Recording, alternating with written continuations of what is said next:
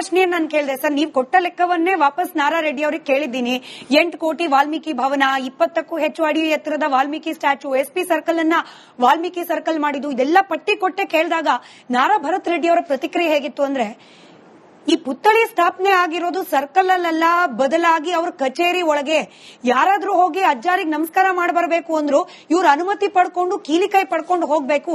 ನಾವು ಸಾರ್ವಜನಿಕರಿಗೆ ವಾಲ್ಮೀಕಿ ಅಜ್ಜಾರನ್ನು ಕೊಡ್ತಾ ಇದ್ದೇವೆ, ಇದು ಕಾಂಗ್ರೆಸ್ ಪಕ್ಷದ ಸಾಧನೆ ಅನ್ನೋದು ಅವ್ರ ಮಾತು. ನೋಡಿಮ್ಮ, ಅವ್ರು ಹೇಳಿದಾರಲ್ಲ ಕಚೇರಿ ಒಳಗಡೆ ಇಟ್ಟಿದ್ದಾರೆ ಅಂತ ಹೇಳಿ.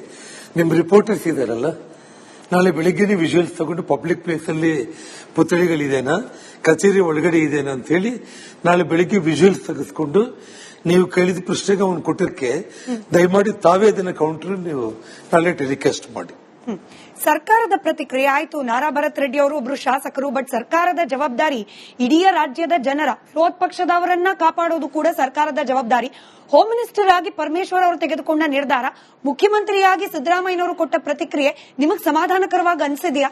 ನೋಡಿಮ್ಮ, ಸಿದ್ದರಾಮಯ್ಯ ಅವರು ಬಹಳ ಗಂಭೀರವಾಗಿ ವಿಷಯ ಪ್ರಕರಣ ತಗೊಂಡಿದ್ದಾರೆ ಅಂತ ಮಾಧ್ಯಮಗಳಲ್ಲಿ ನಾನು ನೋಡಿದೆ. ಆದ್ರೆ 2 ದಿವಸಗಳಾಗ್ತಾ ಇದ್ರು ಕೂಡ ಒಬ್ಬ ಅಮಾಯಕನ ಪ್ರಾಣ ಕಳ್ಕೊಂಡಿರೋದಕ್ಕೆ ಕಾರಣ ಬುಲೆಟ್, ಆ ಗನ್ನು ಯಾರದು ಅನ್ನೋದನ್ನ ಪತ್ತೆ ಹಚ್ಚೋದ್ರಲ್ಲಿ ಇವರು ವೈಫಲ್ಯ ಆಗಿದ್ದಾರೆ. ಗೃಹ ಮಂತ್ರಿ ಹೆಜ್ಜೆ ಕೂಡ ಇಟ್ಟಿಲ್ಲ ಅವರು. DK ಶಿವಕುಮಾರ್ ಅವರು ಸಮರ್ಥಿಸಿಕೊಳ್ಳೋ ಪ್ರಯತ್ನ ಮಾಡಿದ್ರು.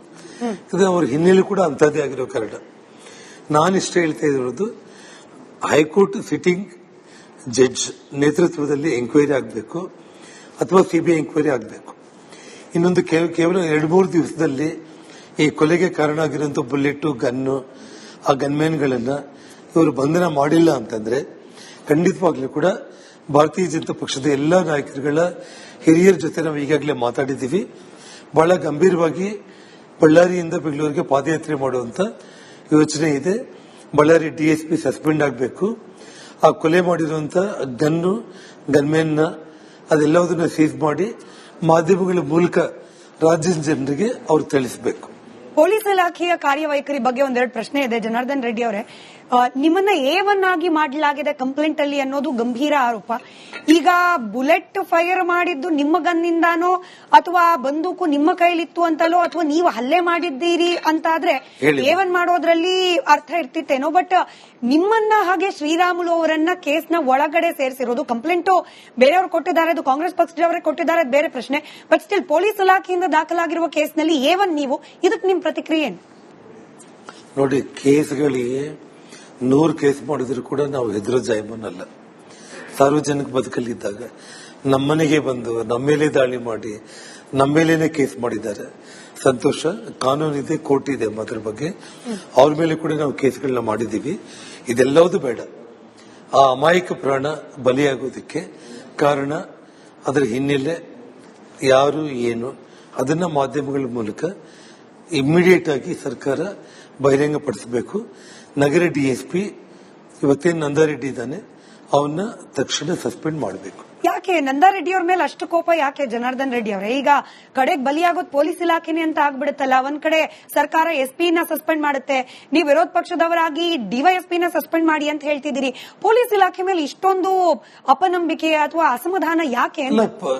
ಅಲ್ಲ, ಹಾಗಂತಲ್ಲ. ನೋಡಿ,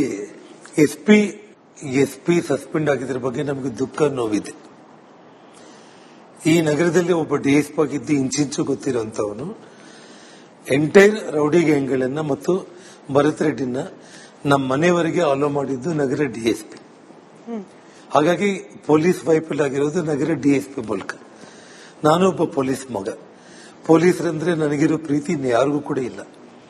SP ಸಸ್ಪೆನ್ಷನ್ ಆಗಿದ್ದು ನಮ್ಗೆ ಬಹಳ ದುಃಖ ತಂದಿದೆ. DSP ಅಂತ ಒಂದು ವ್ಯಕ್ತಿ ಎಲ್ಲ ಗೊತ್ತಿದ್ದು ಕೂಡ ಏನು ಪೊಲೀಸ್ ಪ್ರೊಟೆಕ್ಷನ್ ಅಲ್ಲಿ ಬರುತ್ತೆ, ನಮ್ಮ ಮನೆಯವರೆಗೆ ಕರ್ಕೊಂಡು ಬರೋದಕ್ಕೆ ಅವಕಾಶ ಮಾಡಿ ಕೊಟ್ಟಿದ್ದಾನಲ್ಲ, ಹಾಗಾಗಿ ಅವ್ರು ಸಸ್ಪೆಂಡ್ ಆಗಬೇಕು ಅನ್ನೋದು ನಮ್ಮ ಮತ. ಈಗ ಮೃತಪಟ್ಟ ರಾಜಶೇಖರ್ ಮಿನಿಸ್ಟರ್ ಜಮೀರ್ ಅಹಮದ್ ಖಾನ್ ಹೋದ್ರು ಕಂತೆ ಅಂದ್ರೆ ಅದು ಪರಿಹಾರವೇ, ಅದ್ರ ಬಗ್ಗೆ ನಮ್ಗೇನು ಆಕ್ಷೇಪ ಇಲ್ಲ. ಬಟ್ ಹಣ ಕೊಟ್ಬಿಟ್ಟು ಸಮಾಧಾನ ಮಾಡಿ ಬಂದ್ರು. ಈಗ ರಾಜಶೇಖರ್ ಅವರು ಕಾಂಗ್ರೆಸ್ ಕಾರ್ಯಕರ್ತರಾಗಿದ್ರು ಕೂಡ ಅವ್ರ ತಂದೆ ಬಿಜೆಪಿ ಕಾರ್ಯಕರ್ತರಂತೆ. ನೀವ್ ಆ ಕುಟುಂಬಕ್ಕೆ ಸರ್ ಇವಾಗ ದೊಡ್ಡವ್ರ ನಡುವೆ ಜಗಳದಲ್ಲಿ ಬಲಿಯಾಗಿದ್ದೊಬ್ಬ ಅಮಾಯಕ. ಸೊ ನೀವು ಅಥವಾ ನಿಮ್ಮ ಪಕ್ಷದಿಂದ ಮೃತಪಟ್ಟ ರಾಜಶೇಖರ್ ಅವರ ಮನೆಗೆ ಸಹಾಯನೋ ಪ್ರೋತ್ಸಾಹನೋ ಏನಾದ್ರೂ ನಿರೀಕ್ಷೆ ಮಾಡಬಹುದಾ ಅಂತ ಏನಾದ್ರೂ ಆಗಿದೆಯಾ ಇಲ್ಲಿವರೆಗೂ? ನೋಡಿ ಸ್ಮಿತಾ, ಹಣ ಕೊಡುವುದರಲ್ಲಿ ಅಥವಾ ಮನೆ ಕಟ್ಟಿಸಿಕೊಡೋದ್ರಲ್ಲಿ ಅವು ಏನ್ ಮಾಡಬೇಕು ಅನ್ನೋದು ಸಾರ್ವಜನಿಕವಾಗಿ ನಾವು ರಾಜಕೀಯವಾಗಿ ಹೇಳುವಂತ ಅವಶ್ಯಕತೆ ಇಲ್ಲ. ನಾವು ದಾನ ಧರ್ಮ ಮಾಡೋದು ಈ ಕೈಯಿಂದ ಇನ್ನೊಂದು ಕೈಗೆ ಗೊತ್ತಾಗಬಾರ್ದು ಅಂತ ಹಿರಿಯರು ಹೇಳ್ತಾರೆ. ಅದು ಎರಡನೇ ವಿಚಾರ. ಮೊದಲು ಆ ಅಮಾಯಕ ಬಲಿಯಾಗಿದ್ದಕ್ಕೆ ಕಾರಣೀಭೂತ ಆ ವಿಚಾರ ಸಾರ್ವಜನಿಕವಾಗಿ ತಿಳಿಸಿದ ಮೇಲೆ ಉಳಿದಿದ್ದನ್ನ ನಾವು ಹೇಗೆ ಮಾಡಬೇಕು ಅನ್ನೋದನ್ನ ಮತ್ತೆ ನಿಮ್ ಟಿವಿ ಮೂಲಕ ಬಂದು ನಾನು ಹೇಳ್ತೀನಿ. ಒಂದ್ ಪ್ರಶ್ನೆ ನಾನು ಕೇಳಿದೆ ಸರ್, ನೀವು ಕೊಟ್ಟ ಲೆಕ್ಕವನ್ನೇ ವಾಪಸ್ ನಾರಾ ರೆಡ್ಡಿ ಅವರಿಗೆ ಕೇಳಿದ್ದೀನಿ. 8 ಕೋಟಿ ವಾಲ್ಮೀಕಿ ಭವನ, 20ಕ್ಕೂ ಹೆಚ್ಚು ಅಡಿ ಎತ್ತರದ ವಾಲ್ಮೀಕಿ ಸ್ಟ್ಯಾಚ್ಯೂ, SP ಸರ್ಕಲ್ ಅನ್ನ ವಾಲ್ಮೀಕಿ ಸರ್ಕಲ್ ಮಾಡಿದ್ದು, ಇದೆಲ್ಲ ಪಟ್ಟಿ ಕೊಟ್ಟೆ ಕೇಳಿದಾಗ ನಾರಾ ಭರತ್ ರೆಡ್ಡಿ ಅವರ ಪ್ರತಿಕ್ರಿಯೆ ಹೇಗಿತ್ತು ಅಂದ್ರೆ, ಈ ಪುತ್ಥಳಿ ಸ್ಥಾಪನೆ ಆಗಿರೋದು ಸರ್ಕಲ್ ಅಲ್ಲ, ಬದಲಾಗಿ ಅವ್ರ ಕಚೇರಿ ಒಳಗೆ ಯಾರಾದ್ರೂ ಹೋಗಿ ಅಜ್ಜಾರಿಗೆ ನಮಸ್ಕಾರ ಮಾಡಬರ್ಬೇಕು ಅಂದ್ರು ಇವ್ರ ಅನುಮತಿ ಪಡ್ಕೊಂಡು ಕೀಲಿಕೈ ಪಡ್ಕೊಂಡು ಹೋಗ್ಬೇಕು. ನಾವು ಸಾರ್ವಜನಿಕರಿಗೆ ವಾಲ್ಮೀಕಿ ಅಜ್ಜಾರನ್ನು ಕೊಡ್ತಾ ಇದ್ದೇವೆ, ಇದು ಕಾಂಗ್ರೆಸ್ ಪಕ್ಷದ ಸಾಧನೆ ಅನ್ನೋದು ಅವ್ರ ಮಾತು. ನೋಡಿಮ್ಮ, ಅವ್ರು ಹೇಳಿದಾರಲ್ಲ ಕಚೇರಿ ಒಳಗಡೆ ಇಟ್ಟಿದ್ದಾರೆ ಅಂತ ಹೇಳಿ. ನಿಮ್ ರಿಪೋರ್ಟರ್ಸ್ ಇದಾರಲ್ಲ, ನಾಳೆ ಬೆಳಿಗ್ಗೆ ವಿಜುವಲ್ಸ್ ತಗೊಂಡು ಪಬ್ಲಿಕ್ ಪ್ಲೇಸ್ ಅಲ್ಲಿ ಪುತ್ಥಳಿಗಳಿದೇನಾ, ಕಚೇರಿ ಒಳಗಡೆ ಇದೆನಾ ಅಂತ ಹೇಳಿ ನಾಳೆ ಬೆಳಿಗ್ಗೆ ವಿಜುವಲ್ಸ್ ತೆಗೆಸ್ಕೊಂಡು ನೀವು ಕೇಳಿದ ಪ್ರಶ್ನೆಗೆ ಅವನು ಕೊಟ್ಟಿರ್ಕೆ ದಯಮಾಡಿ ತಾವೇ ಅದನ್ನ ಕೌಂಟರ್ ನೀವು ನಾಳೆ ಟೆಲಿಕಾಸ್ಟ್ ಮಾಡಿ. ಸರ್ಕಾರದ ಪ್ರತಿಕ್ರಿಯೆ ಆಯ್ತು. ನಾರಾ ಭರತ್ ರೆಡ್ಡಿ ಅವರು ಒಬ್ರು ಶಾಸಕರು, ಬಟ್ ಸರ್ಕಾರದ ಜವಾಬ್ದಾರಿ ಇಡೀ ರಾಜ್ಯದ ಜನರ ವಿರೋಧ ಪಕ್ಷದವರನ್ನ ಕಾಪಾಡೋದು ಕೂಡ ಸರ್ಕಾರದ ಜವಾಬ್ದಾರಿ. ಹೋಮ್ ಮಿನಿಸ್ಟರ್ ಆಗಿ ಪರಮೇಶ್ವರ್ ಅವರು ತೆಗೆದುಕೊಂಡ ನಿರ್ಧಾರ, ಮುಖ್ಯಮಂತ್ರಿಯಾಗಿ ಸಿದ್ದರಾಮಯ್ಯನವರು ಕೊಟ್ಟ ಪ್ರತಿಕ್ರಿಯೆ ನಿಮಗೆ ಸಮಾಧಾನಕರವಾಗಿ ಅನಿಸಿದೆಯಾ? ನೋಡಿಮ್ಮ, ಸಿದ್ದರಾಮಯ್ಯ ಅವರು ಬಹಳ ಗಂಭೀರವಾಗಿ ವಿಷಯ ಪ್ರಕರಣ ತಗೊಂಡಿದ್ದಾರೆ ಅಂತ ಮಾಧ್ಯಮಗಳಲ್ಲಿ ನಾನು ನೋಡಿದೆ. ಆದ್ರೆ 2 ದಿವಸಗಳಾಗ್ತಾ ಇದ್ರು ಕೂಡ ಒಬ್ಬ ಅಮಾಯಕನ ಪ್ರಾಣ ಕಳ್ಕೊಂಡಿರೋದಕ್ಕೆ ಕಾರಣ ಬುಲೆಟ್, ಆ ಗನ್ನು ಯಾರದು ಅನ್ನೋದನ್ನ ಪತ್ತೆ ಹಚ್ಚೋದ್ರಲ್ಲಿ ಇವರು ವೈಫಲ್ಯ ಆಗಿದ್ದಾರೆ. ಗೃಹ ಮಂತ್ರಿ ಹೆಜ್ಜೆ ಕೂಡ ಇಟ್ಟಿಲ್ಲ ಅವರು. DK ಶಿವಕುಮಾರ್ ಅವರು ಸಮರ್ಥಿಸಿಕೊಳ್ಳೋ ಪ್ರಯತ್ನ ಮಾಡಿದ್ರು. ಇದು ಅವರ ಹಿನ್ನೆಲೆ ಕೂಡ ಅಂತದೇ ಆಗಿರೋ ಕಾರಣ ನಾನಿಷ್ಟ ಹೇಳ್ತಾ ಇರೋದು, ಹೈಕೋರ್ಟ್ ಸಿಟ್ಟಿಂಗ್ ಜಡ್ಜ್ ನೇತೃತ್ವದಲ್ಲಿ ಎಂಕ್ವೈರಿ ಆಗಬೇಕು ಅಥವಾ CBI ಎಂಕ್ವೈರಿ ಆಗಬೇಕು. ಇನ್ನೊಂದು ಕೇವಲ 2-3 ದಿವಸದಲ್ಲಿ ಈ ಕೊಲೆಗೆ ಕಾರಣ ಆಗಿರುವಂತಹ ಬುಲೆಟ್, ಗನ್ನು, ಆ ಗನ್ಮ್ಯಾನ್ಗಳನ್ನ ಇವರು ಬಂಧನ ಮಾಡಿಲ್ಲ ಅಂತಂದ್ರೆ ಖಂಡಿತವಾಗ್ಲೂ ಕೂಡ ಭಾರತೀಯ ಜನತಾ ಪಕ್ಷದ ಎಲ್ಲಾ ನಾಯಕರುಗಳ ಹಿರಿಯರ ಜೊತೆ ನಾವು ಈಗಾಗಲೇ ಮಾತಾಡಿದ್ದೀವಿ. ಬಹಳ ಗಂಭೀರವಾಗಿ ಬಳ್ಳಾರಿಯಿಂದ ಬೆಂಗಳೂರಿಗೆ ಪಾದಯಾತ್ರೆ ಮಾಡುವಂತ ಯೋಚನೆ ಇದೆ. ಬಳ್ಳಾರಿ DSP ಸಸ್ಪೆಂಡ್ ಆಗಬೇಕು. ಆ ಕೊಲೆ ಮಾಡಿರುವಂತ ಗನ್ನು, ಗನ್ಮ್ಯಾನ್ ಅದೆಲ್ಲದನ್ನ ಸೀಸ್ ಮಾಡಿ ಮಾಧ್ಯಮಗಳ ಮೂಲಕ ರಾಜ್ಯದ ಜನರಿಗೆ ಅವ್ರು ತಿಳಿಸಬೇಕು. ಪೊಲೀಸ್ ಇಲಾಖೆಯ ಕಾರ್ಯವೈಖರಿ ಬಗ್ಗೆ ಒಂದೆರಡು ಪ್ರಶ್ನೆ ಇದೆ. ಜನಾರ್ದನ್ ರೆಡ್ಡಿ ಅವರೇ, ನಿಮ್ಮನ್ನ A1 ಆಗಿ ಮಾಡಲಾಗಿದೆ ಕಂಪ್ಲೇಂಟ್ ಅಲ್ಲಿ ಅನ್ನೋದು ಗಂಭೀರ ಆರೋಪ. ಈಗ ಬುಲೆಟ್ ಫೈರ್ ಮಾಡಿದ್ದು ನಿಮ್ಮ ಗನ್ನಿಂದಾನೋ ಅಥವಾ ಬಂದೂಕು ನಿಮ್ಮ ಕೈಲಿತ್ತು ಅಂತಲೋ ಅಥವಾ ನೀವು ಹಲ್ಲೆ ಮಾಡಿದ್ದೀರಿ ಅಂತಾದ್ರೆ A1 ಮಾಡೋದ್ರಲ್ಲಿ ಅರ್ಥ ಇರ್ತಿತ್ತೇನೋ. ಬಟ್ ನಿಮ್ಮನ್ನ ಹಾಗೆ ಶ್ರೀರಾಮುಲು ಅವರನ್ನ ಕೇಸ್ನ ಒಳಗಡೆ ಸೇರಿಸಿರೋದು, ಕಂಪ್ಲೇಂಟ್ ಬೇರೆಯವರು ಕೊಟ್ಟಿದ್ದಾರೆ, ಅದು ಕಾಂಗ್ರೆಸ್ ಪಕ್ಷದವರೇ ಕೊಟ್ಟಿದ್ದಾರೆ, ಬೇರೆ ಪ್ರಶ್ನೆ. ಬಟ್ ಸ್ಟಿಲ್ ಪೊಲೀಸ್ ಇಲಾಖೆಯಿಂದ ದಾಖಲಾಗಿರುವ ಕೇಸ್ನಲ್ಲಿ A1 ನೀವು, ಇದಕ್ಕೆ ನಿಮ್ ಪ್ರತಿಕ್ರಿಯೆ ಏನು? ನೋಡಿ, ಕೇಸ್ಗಳಿಗೆ 100 ಕೇಸ್ ಮಾಡಿದ್ರು ಕೂಡ ನಾವು ಹೆದರೋ ಜಾಯಮನಲ್ಲ. ಸಾರ್ವಜನಿಕ ಬದುಕಲ್ಲಿದ್ದಾಗ ನಮ್ಮನೆಗೆ ಬಂದು ನಮ್ಮ ಮೇಲೆ ದಾಳಿ ಮಾಡಿ ನಮ್ಮ ಮೇಲೇನೆ ಕೇಸ್ ಮಾಡಿದ್ದಾರೆ, ಸಂತೋಷ. ಕಾನೂನಿದೆ, ಕೋರ್ಟ್ ಇದೆ, ಅದ್ರ ಬಗ್ಗೆ ಅವ್ರ ಮೇಲೆ ಕೂಡ ನಾವು ಕೇಸ್ಗಳನ್ನ ಮಾಡಿದೀವಿ. ಇದೆಲ್ಲವೂ ಬೇಡ. ಆ ಅಮಾಯಕ ಪ್ರಾಣ ಬಲಿಯಾಗೋದಕ್ಕೆ ಕಾರಣ, ಅದರ ಹಿನ್ನೆಲೆ ಯಾರು ಏನು ಅದನ್ನ ಮಾಧ್ಯಮಗಳ ಮೂಲಕ ಇಮ್ಮಿಡಿಯೇಟ್ ಆಗಿ ಸರ್ಕಾರ ಬಹಿರಂಗಪಡಿಸಬೇಕು.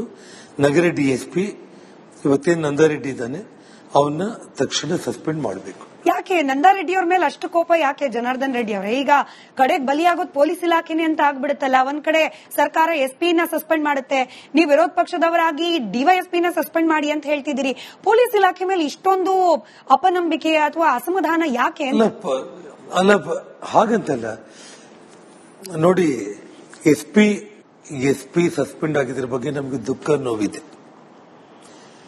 ಈ ನಗರದಲ್ಲಿ ಒಬ್ಬ DSP ಆಗಿದ್ದು ಇಂಚಿಂಚು ಗೊತ್ತಿರುವಂತವನು ಎಂಟೈರ್ ರೌಡಿ ಗ್ಯಾಂಗ್ಗಳನ್ನ ಮತ್ತು ಭರತ್ ರೆಡ್ಡಿನ ನಮ್ಮ ಮನೆಯವರೆಗೆ ಆಲೋ ಮಾಡಿದ್ದು ನಗರ ಡಿಎಸ್ಪಿ. ಹಾಗಾಗಿ ಪೊಲೀಸ್ ವೈಫಲ್ಯ ಆಗಿರೋದು ನಗರ ಡಿಎಸ್ಪಿ ಮೂಲಕ. ನಾನು ಒಬ್ಬ ಪೊಲೀಸ್ ಮಗ. ಪೊಲೀಸರಂದ್ರೆ ನನಗಿರೋ ಪ್ರೀತಿ ಯಾರಿಗೂ ಕೂಡ ಇಲ್ಲ. SP ಸಸ್ಪೆನ್ಷನ್ ಆಗಿದ್ದು ನಮ್ಗೆ ಬಹಳ ದುಃಖ ತಂದಿದೆ. ಡಿಎಸ್ಪಿ ಅಂತ ಒಂದು ವ್ಯಕ್ತಿ ಎಲ್ಲ ಗೊತ್ತಿದ್ದು ಕೂಡ ಏನು ಪೊಲೀಸ್ ಪ್ರೊಟೆಕ್ಷನ್ ಅಲ್ಲಿ ಬರುತ್ತೆ ನಮ್ಮ ಮನೆಯವರೆಗೆ ಕರ್ಕೊಂಡು ಬರೋದಕ್ಕೆ ಅವಕಾಶ ಮಾಡಿ ಕೊಟ್ಟಿದ್ದಾನಲ್ಲ, ಹಾಗಾಗಿ ಅವ್ರು ಸಸ್ಪೆಂಡ್ ಆಗ್ಬೇಕು ಅನ್ನೋದು ನಮ್ಮ ಮತ.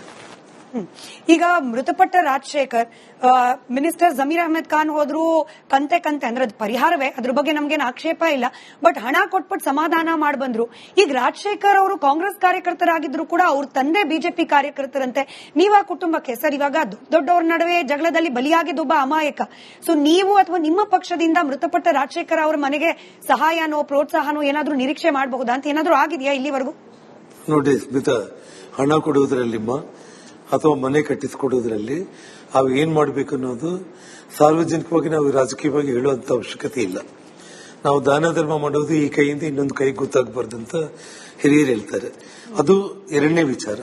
ಮೊದಲು ಆ ಅಮಾಯಕ ಬಲಿಯಾಗಿದ್ದಕ್ಕೆ ಕಾರಣೀಭೂತ ಆ ವಿಚಾರ ಸಾರ್ವಜನಿಕವಾಗಿ ತಿಳಿಸಿದ ಮೇಲೆ ಉಳಿದಿದ್ದನ್ನ ನಾವು ಹೇಗೆ ಮಾಡಬೇಕು ಅನ್ನೋದನ್ನ ಮತ್ತೆ ನಿಮ್ ಟಿವಿ ಮೂಲಕ ಬಂದು ನಾನು ಹೇಳ್ತೀನಿ.